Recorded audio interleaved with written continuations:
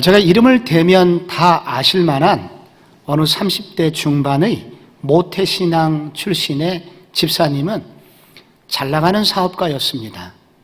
그러나 술에 쩔어 살았고 활락가를 전전긍긍하면서 그렇게 사셨던 분입니다. 그리고 손에서는 화투와 트럼프가 떠나지 않는 그런 삶을 살고 있었습니다. 그런데 그날도 새벽 2시까지 술을 마시고 집에 들어갔더니 아내가 성경을 읽다가 잠이 들었는데 그 옆에 노트가 한 권 있었던 겁니다. 그 노트는 일기장이었고 거기에 이렇게 쓰여 있었다고 합니다. 나는 오늘도 버스를 타고 수유리 너머로 갔다. 시골길을 하염없이 걸으면서 오늘도 어김없이 죽음을 생각했다. 약을 먹고 죽을까 아니면 손목을 그어서 죽을까. 그러나 그것은 내가 취할 길이 아님을 다시 한번 확인하고 돌아왔다. 주님께서 주님의 뜻을 위해 내게 주신 남편이므로 나는 사랑해야만 한다. 나는 사랑할 수 없지만 주님께서 사랑하라고 명령하심으로 나는 사랑해야만 한다. 주님 도와주세요. 겉으로는 멀쩡한 믿음의 가정이었지만은 속으로는 이렇게 곪고 그리고 안에는 깊은 상처를 받고 있는 가정이었습니다. 그런데 여러분, 이것이 이 집사님의 가정에서만 일어나는 일이겠습니까? 많은 오늘날의 겉으로 멀쩡한 가정 안에서 벌어지고 있는 일이며 또한 슬프게도 믿음의 가정들 안에서도 이런 일들이 많이 이런 현상을 찾아볼 수 있다는 것입니다.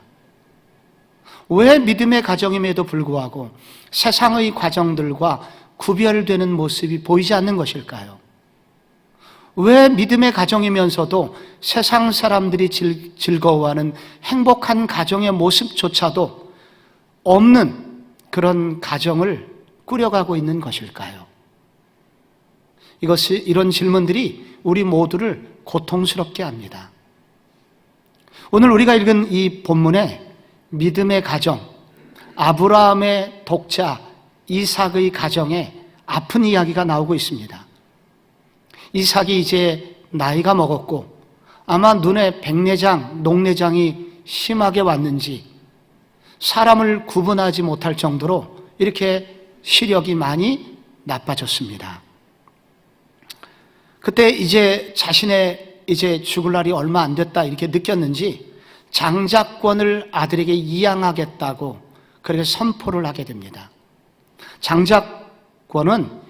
장자권을 이양하는 것은 우리나라로 말하면 대통령 정권 교체식이나 군대 사령관의 교체식 같이 매우 중요한 의식입니다. 이 장자권이라고 하는 것은 장남에게 재산의 3분의 2 이상을 주는 재산권인과 동시에 영적 제사장 권한을 넘겨주는 매우 중요한 일입니다. 그래서 아버지는 당연히 장남에게 이 장자의 권한을 넘겨주기 위해서 큰아들 에서를 불렀습니다. 그리고 말하기를 너는 지금 산에 가서 짐승을 잡아다가 별미를 만들어 가지고 내게 와라. 그럼 내가 그것을 먹고서 너에게 모든 권한을 물려주리라. 그런데 이때 부엌에서 이 모든 이야기를 듣고 있었던 분이 있죠. 어머니 리브가였었습니다. 그는 얼른 자신이 좋아하는 둘째 아들 야곱을 불러다가 일이 이렇게 되어가고 있으니 너는 빨리 가서 양을 잡아다가 네 몸을 양털로 감싸고 그리고 내가 해준 요리를 들고 들어가서 아버지를 만족시킨 후에 아버지로부터 장자의 축복권을 다 받아라 라고 그렇게 말했습니다. 둘째 야곱은 잠시 주저하다가 결국 그렇게 하게 되었고 아버지 이삭은 그가 둘째 야곱인 줄도 모르고 모든 축복을 다 하게 됩니다. 그리고 나서야 장남 에서가 들어오게 되고 이 모든 결과를 듣게 됩니다. 그때 에서의 반응이 38절에 나옵니다. 에서가 소리내어 우니 엉엉 울었다는 거예요. 그리고 41절에 보니까 그의 아버지가 야곱에게 축복한 그 축복으로 말미암아 에서가 야곱을 미워하여 심중에 이르기를 아버지가 곡할 때가 가까웠은즉 내가 내 아우 야곱을 죽이리라. 여기 칼부림 사건이 나오고 있습니다. 오래전 가인과 아벨 사건에서 가인이 동생 아벨을 돌로 찍어서 죽였던 끔찍한 존속 살인 사건이 있었죠. 이제 다시 바로 이삭의 가정에 이런 일이 생길 위기가 찾아옵니다. 왜 믿음의 가정에서 이런 끔찍한 일이 생기게 된 것일까요? 도대체 누구 때문에, 이런 칼부림 사건은 누구 때문에 일어난 것일까요? 이 책임을 피할 수 없는 분이 바로 아버지 이삭입니다. 이삭이 장자권을 넘겨주려는 이유가 무엇이었죠? 다시 한번 4절을 보시면 이렇게 나와 있습니다. 내가 즐기는 별미를 만들어 내게로 가져와서 먹게 하여 내가 죽기 전에 내 마음껏 내게 축복하게 하라. 여러분, 고대 중동에서는 장자권을 당연히 장남에게 주는 것이 상식이었습니다. 그런데 여기다 겸하여 그런 음식에 대한 탐욕이 있었습니다. 특별히 장남이 잡아오는 그 들고기를, 굉장히 야생고기를 좋아하였고, 그래서 그런 바베큐를 먹고 아들에게 축복을 넘겨주겠다는 것입니다. 보통 사람 같으면 이게 다 통하는 얘기인데 믿음의 사람으로서는 이렇게 하면 안 됩니다. 특별히 이삭의 경우에는 절대로 이렇게 해서는 안 되었습니다. 왜 그렇습니까? 리브가가 임신을 했을 때 너무나 고통이 찾아왔고, 그래서 이 문제를 가지고 하나님 앞에 기도했을 때 하나님께서 창세기 25장 23절에 이렇게 말씀하셨잖아요. 두 국민이 내 태중에 있구나. 두 민족이 내 복중에서부터 나누이리라. 이 족속이 저 족속보다 강하겠고 큰 자가 어린 자를 섬기리라. 앞으로 장남과 차남, 영적인 순서는 바뀔 거라고 말씀하셨습니다. 이것은 장남을 버리겠다는 것이 아니라 하나님 나라의 법칙은 세상 나라의 법칙과 다르다. 나는 세상에서 연약한 자를 들어서 강한 자를 부끄럽게 하는 방식으로 이 세상을 통치하고 이 우주를 구원할 거야 라는 하나님의 선언이었습니다. 그런데 이런 음성을 듣고도, 이런 하나님의 음성을 듣고 하나님의 분명한 뜻을 알고도, 들었음에도 불구하고 이삭은 하나님의 말씀에 따르지 않고 있습니다. 반대 방향으로 가고 있습니다. 왜? 자신의 기호에 따라, 세상적인 기준에 따라서, 그리고 자신이 좋아하는 음식의 뇌물을 먹고 아버지가 지금 변질돼 가고 있는 것입니다. 이삭은 하나님의 말씀을 능멸하고 있는 셈입니다. 구약 성경에 나오는 이 아브라함이나 이삭은 구약의 제사장들입니다. 더불어 선지자들입니다. 하나님이 제사장들과 선지자들에게는 특별한 능력을 주십니다. 바로 성령의 능력입니다. 성령의 불길을 그들에게 일으켜 주십니다. 그런데 말씀이 떨어지지만 이 말씀에 순종하지 않을 때 하나님의 영은 또한 떠나게 됩니다. 이 하나님의 영은 바른 것을 분별하게 하고 바른 길로 걷게 하거든요. 창세기 1장 2절에 보면은 하나님께서 태초에 천지를 창조하시니라 라는 1장 1절의 대선언 뒤에 곧바로 나오는 구절입니다. 땅이 혼돈하고 공허하며 흑암이 깊음 위에 있고 하나님의 영은 수면 위에 운행하시니라. 여기 하나님의 영이 나옵니다. 바로 성령님입니다. 여러분, 이 땅이 혼돈하고 공허했어요. 첫 우주의 모습은 혼돈, 혼란 그 자체였습니다. 여기 혼돈이라는 단어에서 우리가 알고 있는 케이오스, 카오스라는 단어가 나오게 됩니다.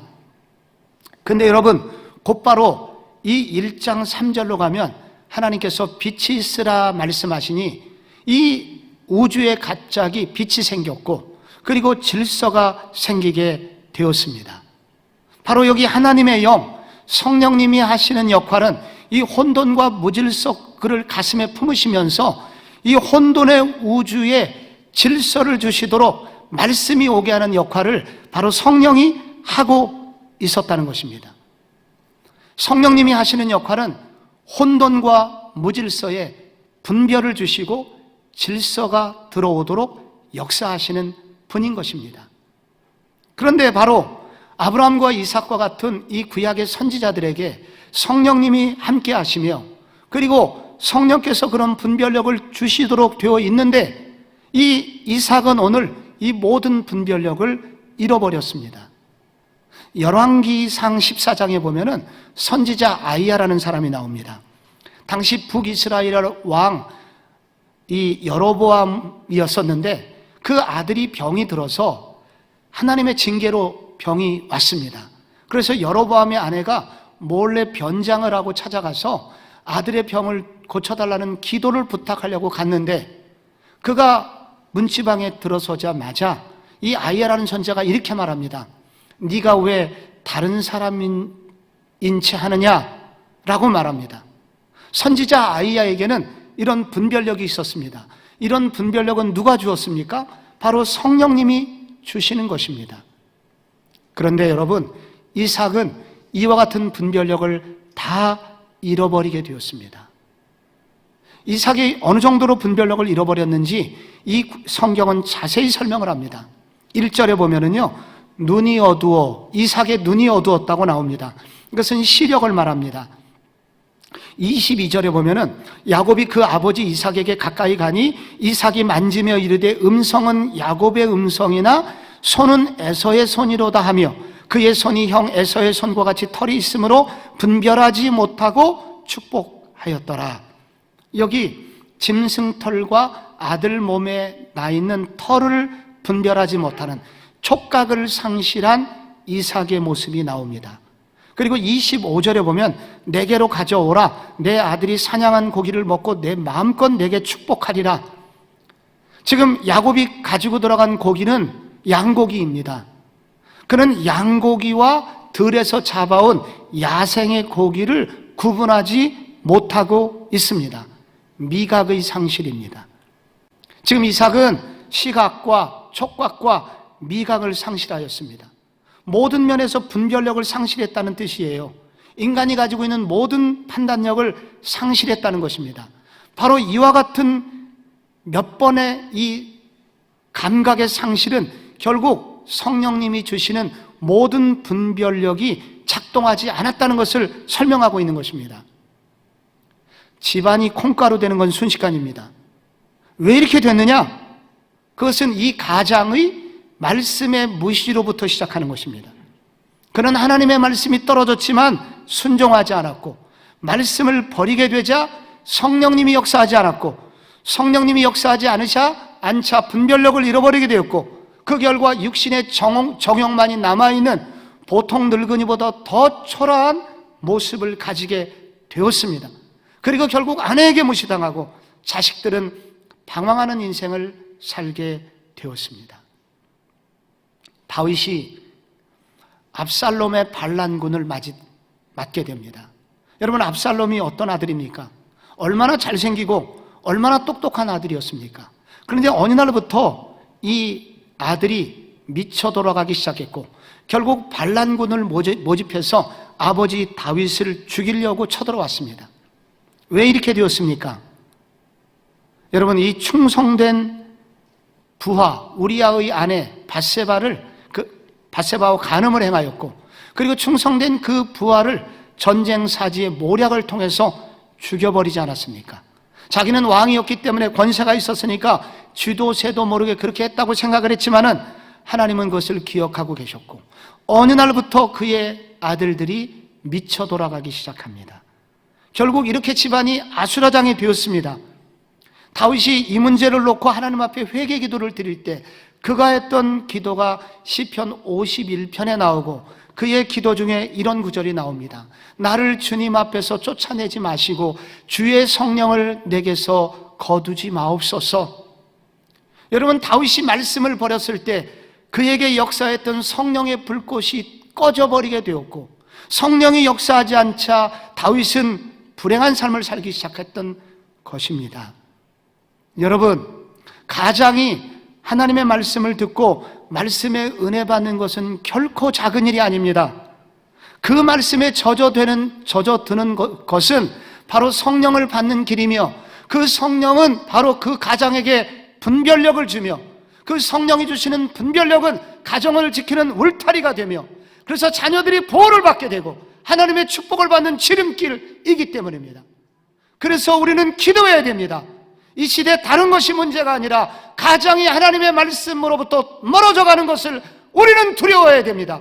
그리고 반대로 기도해야 됩니다. 주여, 우리의 가장들이 하나님의 말씀에 은혜 받게 하옵소서, 하나님의 말씀에 순종하게 하옵소서, 말씀과 함께 역사하는 성령의 능력을 받게 하여 주옵소서. 그렇게 기도할 때 여러분, 오늘 이삭의 가정이 만났던 슬픔을 당하지 않게 된다는 것입니다. 근데 이것이 아버지 이삭의 문제만은 아니었습니다. 어머니 리브가에게도 많은 책임이 있었습니다. 왜냐하면 이 모든 사건을 만든 사람은 바로 어머니이기 때문입니다. 리브가가 엿듣고 있었죠. 6절에 그것이 나옵니다. 리브가가 그의 아들 야곱에게 말하여 이르기를, 내 아버지 내 형 에서에게 말씀하시는 것을 내가 들으니 이르시기를 하면서 모든 일을 만들어낸 분, 그가 바로 리브가입니다. 그래서 양을 잡고, 그리고 가죽 털옷을 걸치게 하고, 그리고 가서 축복을 받게 하는 이 모든 일을 조종한 분이 바로 어머니 리브가였습니다. 리브가여, 왜 이렇게 하였소? 라고 묻는다면 리브가에게는 할 말이 있습니다. 내가 임신했을 때 하나님의 뜻은 둘째 야곱에게 있는 것을 내가 들었으므로, 잘못하면 이 축복권이 큰아들에게 넘어가게 되었으니 내가 이렇게 하였다고 할 말이 있는 여자였습니다. 그런데 그의 문제는 무엇입니까? 여기서 리브가도 자신이 잘못한 줄로 아직까지 모르고 있습니다. 여러분, 리브가가 저질렀던 치명적인 잘못은 무엇입니까? 하나님의 뜻을 이루기 위하여 속임수를 쓰고 있는 것입니다. 방법이 잘못된 것입니다. 그가 하나님의 뜻을 이룬다는 미명하에 사기를 치고 있는 것입니다. 그리고 바로 이와 같이 잘못된 방법을 사용하고 있다는 것은 결국 하나님께서 당신의 뜻을 이루실 것이라는 하나님에 대한 신뢰, 하나님을 향한 믿음을 잃어버렸다는 뜻입니다. 이것은 결국 사단이 좋아하는 방법이며 사단의 유혹에 넘어간 꼴이 되고 만 것입니다. 창세기에 이 이야기가 반복적으로 나옵니다. 여러분, 창세기 3장에 보면은 뱀이 하와에게 접근하여 하나님이 정말로 이 동산의 모든 실과를 먹지 말라고 하시더냐? 이렇게 마귀가 의심의 마음을 집어 넣었습니다. 그래서 그 의심이 미끼가 돼갖고 결국은 동산의 모든 권한 속에 사단이 들어오도록 길을 열어준 분이 바로 하와라는 여자였습니다. 창세기 16장에 보면은 하나님께서 아브라함에게 자손을 주시겠다고 약속을 하셨지만은 아직 자식이 생기지 않자 그때 사라가 급하게 나서게 됩니다. 아브라함을 채근하면서 저기 애굽 여종 하갈이 있지 않소? 그 여자를 취하여 아들을 낳읍시다. 그러면 하나님이 안 도와줬소. 우리는 빨리 아들을 얻지 않지 않겠습니까?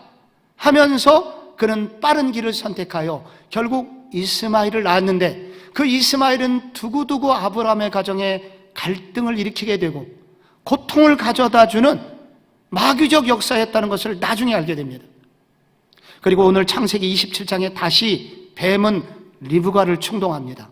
네가 세운 계략으로 하나님의 뜻을 이루라. 하나님의 뜻이 지금 잘못돼 가고 있지 않느냐? 여기 창세기에 나오는 사건에 공통점이 있습니다. 사단은 여인들을 통해서 역사를 시작하고 있다는 것입니다. 그리고 공통적으로 사용한 방법이 있습니다. 그것은 지름길을 사용하라는 것입니다. 여기 빠른 길이 있다. 그러면서 유혹의 미끼를 던지고 있는 것입니다. 왜 여인들에게 사단이 접근하고 있는 것일까요? 왜 가정을 무너뜨릴 때 여러분 여인들을 통하여 사단이 역사하려고 할까요? 이것은 우리에게 많은 고민을 하게 만듭니다. 아마도 성경을 읽고 묵상을 해보면 이런 결론에 이르게 됩니다. 가정을 남편보다도 더 많이 생각하는 분이 어머니들이기 때문입니다.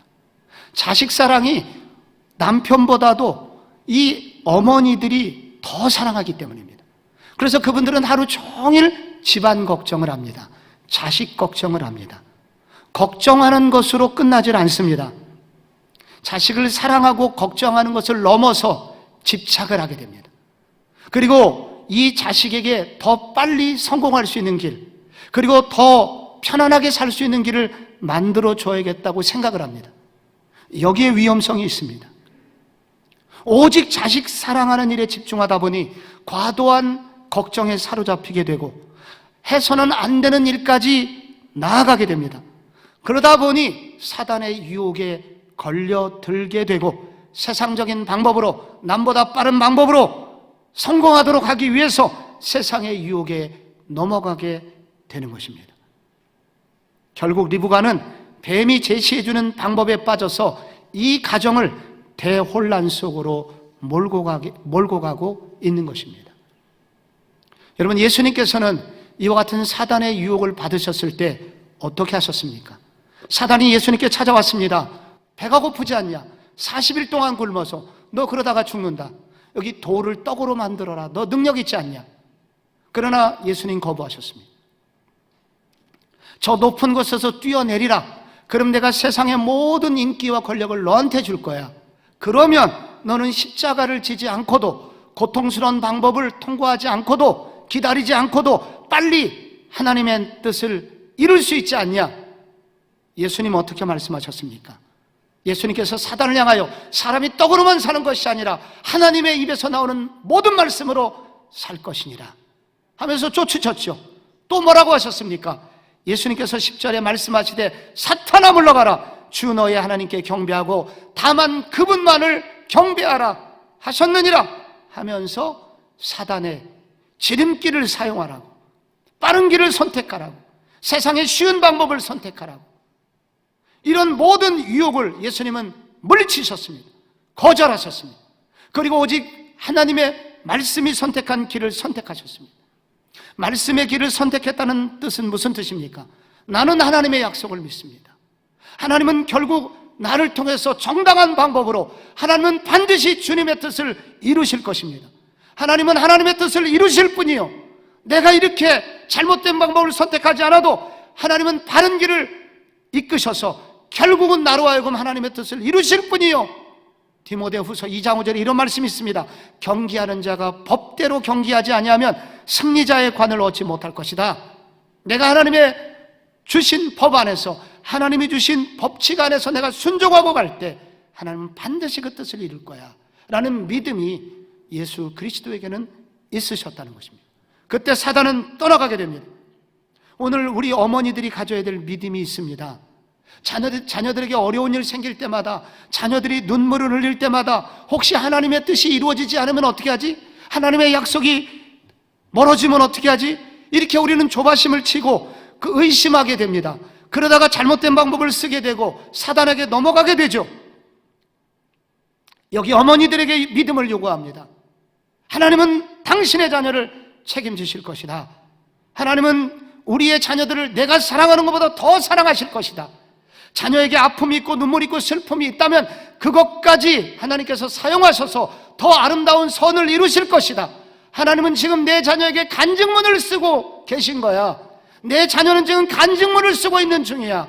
하나님은 당신의 뜻을 이루실 것이다 라고 그 아들과 그 딸의 인생의 눈물 가운데서 여전히 계시며 함께 계시며 역사하시는 하나님을 신뢰하는 믿음을 가질 때 이와 같은 사단의 유혹으로부터 벗어날 수 있다고 합니다. 저는 이 성경을 읽을 때 어떻게 하나님은 이런 가정을 믿음의 조상이 되게 하셨는가 질문하게 되었습니다. 어떻게 이런 가정을 믿음의 조상으로, 아브라함과 이삭의 하나님이라고 이름을 그렇게 붙여주시고 다음 세대가 물려받도록 하셨는가? 이런 가정이 어떻게 믿음의 가정이 될 수 있었습니까? 여러분, 성경은 원래 그들이 구원받게 된 이유는 그들의 행위 때문이 아니라 오직 하나님의 은혜 때문이었다는 것을 강조하고 있습니다. 여러분, 이것이 아브라함과 이삭의 문제만이 아니라 성경 로마서 3장은 모든 사람이 발바닥부터 정수리까지 모두 다 죄인이라고 선언합니다. 로마서 3장 10절에 보면 의인은 없나니 하나도 없으며 깨닫는 자도 없고 하나님을 찾는 자도 없고 다 치우쳐 함께 무익하게 되고 선을 행하는 자는 없나니 하나도 없도다 라고 말씀합니다. 이삭이나 아브라함이나 모든 후손들이나 우리는 모두 다 이와 같이 죄악 덩어리라는 것입니다. 그런데 어떻게 그가 믿음의 조상이 될 수 있었는가? 그것은 바로 오직 하나님의 은혜 때문이었습니다. 하나님의 전적인 은혜였고, 달리 말하면 하나님의 주권적인 은혜였습니다. 아브라함이나 이삭이 선한 일을 행해서 구원받은 것이 아니라 그들은 그렇게 부족하고 연약했지만 그들을 불쌍히 여기신 하나님께서 그들에게 은혜를 베푸셨고, 한 번 은혜를 베푸신 그 하나님께서는 그들이 부족함과 잘못에도 불구하고 떠나지 않으시고 그들을 여전히 붙들고 계셨고, 결국 그들을 향하신 하나님의 뜻을 이루시는 이 주권적인 하나님의 사랑 때문에 그들은 구원받을 수 있었습니다. 오늘 우리도, 우리의 가정도 마찬가지입니다. 에베소서 2장 8절에 그렇게 나와 있지 않습니까? 너희가 그 은혜를 인하여 믿음으로 말미암아 구원을 받았으니 이것이 너희에게서 난 것이 아니요 하나님의 선물이라. 행위에서 난 것이 아니니 이는 누구든지 자랑하지 못하게 함이라. 여러분, 우리의 가정은 오직 하나님의 은혜로만 설 수 있음을 믿어야 합니다. 여러분, 이 가정이 어떻게 믿음의 가정이 되었나? 그럼 우리는 가만히만 있어도 되는가? 하나님이 일방적으로 은혜를 베푸시니까 우리는 아무것도 안 해도 되는가? 아닙니다. 이 가정에 또 두 번째 것이 있었습니다. 그것은 회개와 순종이었습니다. 33절에 보면은 이삭이 심히 크게 떨며 이르되 그러면 사냥한 고기를 내게 가져온 자가 누구냐? 내가 오기 전에 내가 다 먹고 그를 위하여 축복하였은즉 그가 반드시 복을 받을 것이니라. 여기 이삭이 떨었는데요, 떨다는 단어 앞에 심히 크게 떨었다는 단어가 나옵니다. 이 떨었다는 단어는 지진이 나서 몸이 떨릴 정도로 떨리다라는 동사입니다. 포항에 지진이 났을 때 도로가 갈라지고 교통 표지판이 떨어지고 갑자기 어항이 깨지면서 책장이 넘어지는 일이 있었습니다. 그때 그 일을 당했던 사람들이 심히 떨었습니다. 근데 여기 단어 앞에 심이라는 단어와 크게라는 부사가 두 번이나 나와서 강조를 하고 있습니다. 이 단어는 그래서 영적인 떨림을 설명하려고 하는 것입니다. 이삭은 비로소 심히 떨게 되었습니다. 자신이 실패하고 난 후에, 그리고 자신이 하고 있는 일이 사기를 당한 사건임을 알면서 비로소 깨닫게 된 것이 있다는 거예요. 떨었다는 거예요. 그리고 다시 그는 비로소 하나님의 말씀을 기억하게 됩니다. 내가 그때 하나님의 뜻은 차람이라는 얘기를 들었었지, 내가 하나님의 뜻을 들었지만은 내가 순종하지 못했었구나 하면서 그는 두려워 떨면서 회개하고 있는 장면입니다. 나는 하나님의 사람이었지만은 하나님을 버렸다는 이 이삭의 회개가 여기서 시작이 됩니다. 이삭의 회개가 참된 회개였을까요? 그렇습니다. 왜냐하면 그 뒤에 38절에서 40절을 읽어보면은 에서가 돌아와서 이 모든 일이 거짓된 야곱의 연극이었다는 사실을 알면서도 아버지 이삭은 야곱에게 이미 해준 축복을 물르지 않았습니다. 그리고 또한 큰아들 에서가 울면서 축복 기도를 해달라고 그렇게 했을 때 이렇게 축복 기도합니다. 둘째 아들 야곱을 통해서 이 큰아들이 복을 받게 하소서라는 원래 하나님으로부터 들었던 말씀의 원리를 따라서 축복 기도를 해주고 있습니다. 그의 참된 회개가 하나님의 마음을 감동시켰습니다.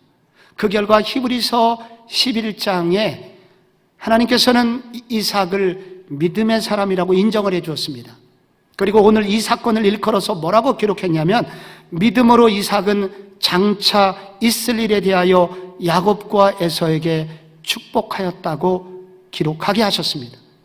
이삭이 진실로 회개했을 때 하나님 앞에 바로 서려고 몸부림쳤을 때 하나님은 그가 부족했던 과거의 모든 잘못들까지 다 아름답게 하셔서 결국 그가 하나님 앞에 바른 사람으로 쓰임받도록, 그를 향한 하나님의 뜻이 다 이루어지도록 하나님이 그렇게 만들어 주셨다고 합니다. 그래서 오늘 이 성경은 우리 모두에게 우리가 잘못되었을 때 회개와 그리고 다시 바른 길로 순종하고자 할 때 하나님이 우리의 모든 삶을 고쳐주시는 것을 약속하고 있는 것입니다. 여러분, 이 성경을 읽을 때 우리 모두는, 부모된 우리 모두는 세상 속의 예배자가 되기로 결심해야 됩니다. 자녀들은 부모님의 입에서 나오는 말로 배우는 것이 아니라 부모의 뒷모습을 통해서 배운다는 말이 있습니다. 부모들의 말이나 부모들이 이렇게 해라는 가르침 때문에 아이들이 바뀌는 것이 아니라 부모의 참다운 모습을 통해서 배우게 되는 것입니다. 이것을 바로 세상 속의 예배자라고 합니다.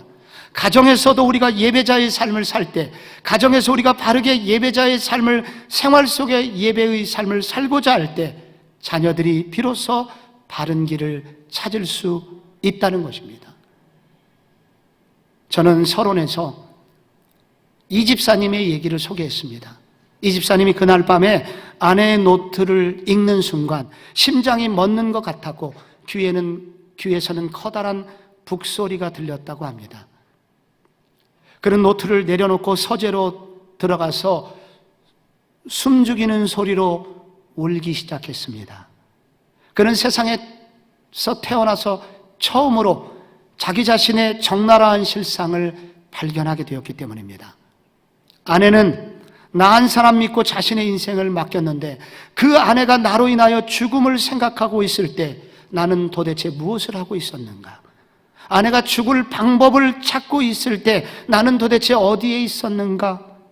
그런 생각을 하게 되니 눈물이 쏟아지기 시작했습니다. 그런데 그렇게 울다 보니까 새벽마다 나를 위하여 기도해 주시는 어머니가 생각이 났습니다. 나를 위해서 날마다 하루도 빠지지 않고 기도하시는 어머니의 기도가 있는데 나는 지금 무슨 삶을 살고 있는가? 울음이 더 나왔습니다. 그리고 한 걸음 더 나가서 모태신앙인으로 은혜를 입었지만은 가룟 유다처럼 지나간 36년간 하나님의 가슴에 못을 받는 배신자의 삶을 살아왔던 자신의 모습이 너무 한심해서 울기 시작했습니다. 나의 영혼은 악취가 진동하는 것 같고 갈갈이 찢겨진 더러운 걸레 조각처럼, 그래서 주님께 버림받고 저주받은 영혼이 되었다고 생각이 들었고, 그래서 그는 몸서리치면서 울면서 주님의 이름을 부르기 시작했습니다. 그런데 바로 그때 누군가 등 뒤에서 자기를 안아주기 시작하더랍니다. 그래서 아내가 깼나 하고 뒤를 돌아보니 아무도 없었습니다. 그래서 계속해서 기도를 하고 있는데 다시 누군가 와서 포근하게 안아주는데 앞에 안아줬던 것보다 더 포근함으로 안아주었습니다. 역시 뒤를 돌아보니 아무도 없었습니다. 세 번째 다시 눈을 감고 기도를 하는데 그때 세미한 음성이 들렸습니다. 내 사랑하는 아들아, 나는 너를 한 번도 버린 적이 없다. 네가 나를 버리던 그 순간에도 나는 줄곧 너와 함께 있었으며 앞으로도 영원토록 너와 함께 할 거야. 나는 너를 사랑하기 때문이야. 라는 음성을 듣게 됩니다. 그것은 분명히 주님의 음성이었습니다. 그리고 그 주님의 음성이 들려지는 그 순간부터 성령이 그의 마음을 지배하기 시작합니다. 그래서 그 순간부터 이상한 힘을 그는 느끼게 되었다고 고백합니다. 왜냐하면 그날 이후로 이상하게 그렇게 즐거워했던 술과 담배가 역겨워서 쳐다도 보기 싫게 되었다고 합니다. 그래서 손에서 떠나지 않던 화투장과 트럼프가 싫어지게 되었다고 합니다. 그 이후에 그는 신학교에 가게 되었고, 이제 사업을 정리한 후에 신학교를 가게 되었고 전혀 새로운 삶을 살기 시작합니다. 이분이 바로 지난주 제가 소개했던 100주년 교회를 명예롭게 은퇴하신 이재철 목사님, 36세 때 일어났던 일입니다. 그리고 제가 지난주 설교 시간에 Sing Again 30호 가수 이승윤 대해서 소개한 바가 있죠. 그 아버지입니다. 이승윤을 비롯해서 내 아들을 건강하게, 그리고 건강한 이 사회의 사회인으로 키운 아버지가 된 것입니다. 아버지가 회개하자 어머니가 살아났고, 부모님이 살아나자 자녀들이 진리의 영이신 성령 안에서 양육되게 되면서 그 성령 안에서 이 자녀들이 보호받으면서 자라나게 되었습니다. 이런 은혜가 우리 모든 가정에게 있기를 바랍니다. 성령이 통치하시는 가정 되기를 바랍니다.